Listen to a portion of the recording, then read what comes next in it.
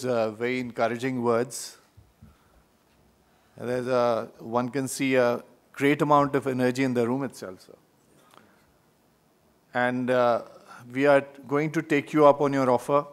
We are going to get together with you, with some of the lead bankers. And like the way that you helped us with Canara Bank, I'm sure that we'll use your good offices for other lead banks as well. And we in SCIS assure you that we'll be supportive of all the programs that and the visions that you have just enunciated. And with this encouragement, sir, I really want to thank you for consenting to take on some questions from the audience. The time is not so much. The Minister has kindly agreed to take 5 questions from the floor. Please raise your hand, identify yourself, and address it to him. And let it be brief, not long comments, but questions. Thank you.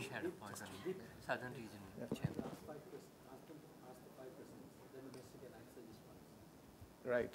That would be the best.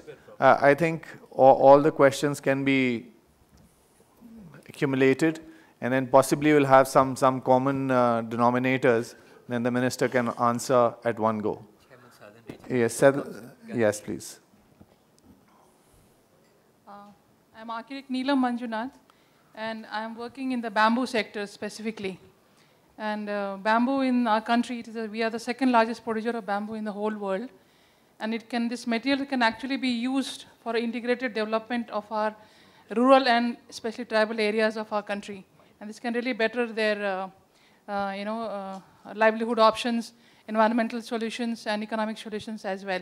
Because bamboo can be used for their housing, for biogasification for energy, and day-to-day products, plywood. So we can also use it as replacement for steel in the buildings. So this is something which actually is a multifaceted kind of a material, which actually can be taken in very seriously by the MSME sector, and special, I think, status can be given to bamboo in a way of tax benefits and things like that, so that we can actually take it to the next step. And also for skill development sector, it can be, we really need a lot of skill development to be done in here, and there is no bamboo course available probably in the world in a structured manner. And I'm running here right now from Bangalore for the last 2 years a course which is a structured course from Center for Green Building Materials and Technology. And I want to take this education to the doorstep of every tribal person in this country. And I would request Honorable Minister to help me to do this. Thank you. Thank you, ma'am. Next, please. Good afternoon. Oh, Ganesh, sorry. Ganesh, I'm the Chairman for the MSME Subcommittee for the Southern Region. I come from Kerala. I have 2 suggestions to make to the Honorable Minister. One is an interest subversion for the MSME sector. The MSME sector pays close to 40% as taxes and duties for the products and services that they offer. Some sort of an interest subversion by which the interest from the commercial banks will be reduced, so that it will be a big benefit for the MSME segment. Next is, with the opening up of the SME exchange, if a policy intervention can be made by which commercial banks will participate in the equity when a company is listed or goes for IPO and remain with them for the minimum lock-in period of 3 years, that will be a big benefit, and you will definitely see a big rise in the number of footfalls in the SME exchange. As of now, the SME exchange, you have very few companies that have registered. This will be a very big milestone for major achievement. Thank you. Sir, yes, please. Sir, I'm Johnson. Excuse me. Okay. Sir, I'm Johnson from Mysore. And then Nandkumar. I'm running a small-scale industry in Mysore. Sir, we are taking the exemption of excise duty up to 1.5 crores in rural areas. So actually, today's raw material cost and the inflation, 1.5 is nothing. So a unit cannot be successfully run it with 1.5 crores of turnover. So we are not able to compete with others. So I request you to raise the excise duty limit to 3 crores to enable the SME in the rural areas to come up so that the migration also will not come to the cities and the rural industry will come up. Thank you. One question there and then Mr. Nandkumar here. Sir, I am from the precision manufacturing industry. Naresh Palta is my name. We were very encouraged by your lauding and also encouraging the CII initiative in making small becoming medium and medium becoming large. My question and request is on the slabs for investment for classification of the MSME industry, which were set up in 2006 when the act was passed. Now with the inflation and the current investment trends, you have talked about the competitiveness in the world market. The investment levels have gone up, and hence the 1.5 or 2% industries which with the CII MSME ministry initiative will go out into the larger segment. Some of us will move out without even making that effort by the classification itself. The moment we cross a 10 crore limitation in investment, we are a large industry. So the encouragement which your initiative is bringing towards us and the incentives and the CII also mentioned about some of the sectors like aerospace and defense, where there are further encouragement for the MSME. We will be out of that reckoning in case these slabs are not revised. So the request is to consider revision of these slabs of investment which we This already has been formally given to the minister. Thank you. This, and then Mr. Nandkumar here, please. Good evening, sir. My name is HVS Krishna. I'm the managing partner of Industrial Molders, and I'm a national vice president of Laghu Udyoga Bharati All India. So my simple request is, you have passed MSME Act in 2006 in the Parliament, but unfortunately, most of the states are not implemented this MSME Act, including our state Karnataka. For example, there is no separate secretariat to deal MSME issues in our state. That is my request. Please insist the present government to give the separate secretariat to MSME sector, because it gives lot of support for MSME purchase preference to MSME about 20% and the purchase rate preference of 15% MSME sector and exemption of initial deposits, EMDs for MSMEs. It is not available to Karnataka small scale industries right now. Kindly please see that it is implemented in Karnataka. Thank you very much. Mr. Nandkumar and then one last question. The last one. We appreciate very much your support for R&D, sir. But the R&D products developed by the small industries, they do not find an outlet by the user industry to readily accept, because most of the public sector companies, they insist on having a proven track record before they utilize. So at least some concession should be given to the entrepreneur where they have developed the products and certification obtained, instead of going into the global market. Some concession by the industry, especially the public sector, need to be given for the locally developed products for utilization in their projects. Thank you. Yeah. Good evening, sir. No, it's okay. Yeah. Okay. Sir, let me congratulate CI making a pathway for growth of small to medium to large. It's really nice.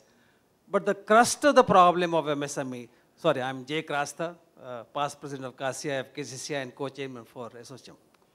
The major problem for the growth of the small, medium to large, although we have 6 crores of SMEs, the equity participation of the SME. Although there is SME, separate exchange is done, because major industries are not gone there. Bombay Exchange, there are only 11, and the National Exchange, there are only 9. And they're all real estate. Why it is? Because out of the 6 crores of SMEs, 70 to 80% of the industries have the turnover of 10 to 15 crores. No angel investor or equity venture capital will come on the board unless and until you are more than 25 crores of turnover. So they are stuck. 80% of the industries of 6 crores are stuck between 10 crores and 25 crores of turnover. Because they have to grow, they have to have equity. Equity means there has to be venture capital or an angel investor. Angel investor will not come. So that is the reason when I was a member in the Prime Minister's Council, I suggested to the Council to have a equity participation funding done by government. So government gave 5,000 crores last year for SIDBI. And I'm sorry to tell you, sir, that 5,000 crores has been funded. They're not used for SME for equity participation. Last year again 5,000 crores given to again SIDBI. So there are 10,000 crores, which is 10,000 crores given specifically for SME, which shall be used for equity participation. They have funded it. They are not used for. So what I'm requesting is that 10,000 crores removed from SIDBI, give to NSIC. So the NSIC is very, very closer to SME sector so that they can participate in the equity. My friend from Southern Council stated that banks should come in the equity. Sir, sorry sir, I don't think banks will come in the equity, whereas this funding of 10,000 crores specifically meant for SME sector, which has been used, should have been used for equity, which has not been used for equity, but it's been funded, removed from SIDBI, give it to NSIC so that they can participate in SME sector as equity, and they can pathway drawn by CI can really make that pathway, and major industries, as you rightly stated, 10 to 20% really grow from small to medium to large. Thank you very much. Thank you.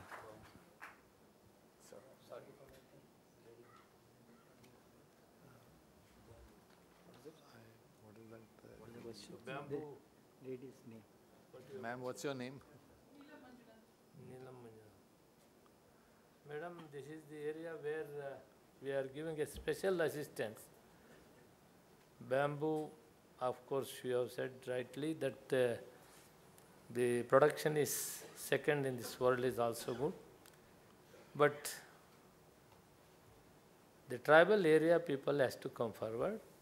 In the northeastern states particularly, we are given a special thrust. Special, the subsidy is also giving more, 10% more than the normal. But these people has to come forward. That's why the last time I myself have sanctioned one cluster, particularly the bamboo in Assam area. Clusters has to come forward. With the clusters, we can fully cooperate. It is up to 10 crore subsidy is there. This is very much needed in this country. This is the raw material is available. It is every year it is a growing thing. We are ready to help, but you come with a form of cluster, we will fully cooperate for this one. Ganesh ji has given a technical point that what I want to see, Kapuria ji has to find out the mechanism how to solve this problem. You come with a clear idea how to go about it. Johnson sir from Mysore. This is, I think, excise duty comes under Government of India. So this is all we will discuss in Delhi. I think it is little difficult. We have given little assistance for you. Again you are asking. But anyhow, we will place before the Finance Minister and we will try to help you. So the Minister has set up an inter-ministerial group under the Finance Ministry and, and we presented to them. And so your leadership is actually seeing a lot of change in the addressal, because earlier it was just being addressed by singular ministries. Now it is being addressed by multiple ministries. So I think this is the right last forum. cabinet meeting, there is the subject is there on the teacher. Right, sir. So Krishnanji has said that the government of Karnataka or some of the states has not clearly appointed, has indicated and demarcated as a ministry or an industry, an MSME. Like the bank's MSME general manager is there. Like that for the industry, this MSME, there must be a secretary according to your request. That I will discuss with the government. So Nandanji is, what he said? R&D. Supporting R&D. R&D in a small people, you could not do it. It is in a major clusters.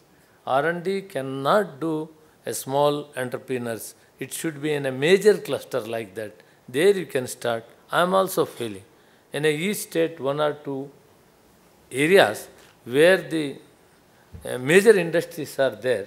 There your R&D is the national aeronautics, defense, and these are the major R&D sections are there. According to you, you also form R&D clusters. Those clusters to go much ahead with the national R&Ds where the Government of India R&Ds is there. Then only your products will be consumed by the defense and NHL, NAL. This is why, how you have to come up with these proposals. I am very much concerned about this one. This R&D is a very much important area where you apply your mind how to come up, and we are here to support for this one. So another one, last one, Mr. This SIDBI matter, he has very categorically said. I will call the SIDBI chairman, CMD, and the next meeting where we meet, and you also come. Yes, we will find out the solution for this one.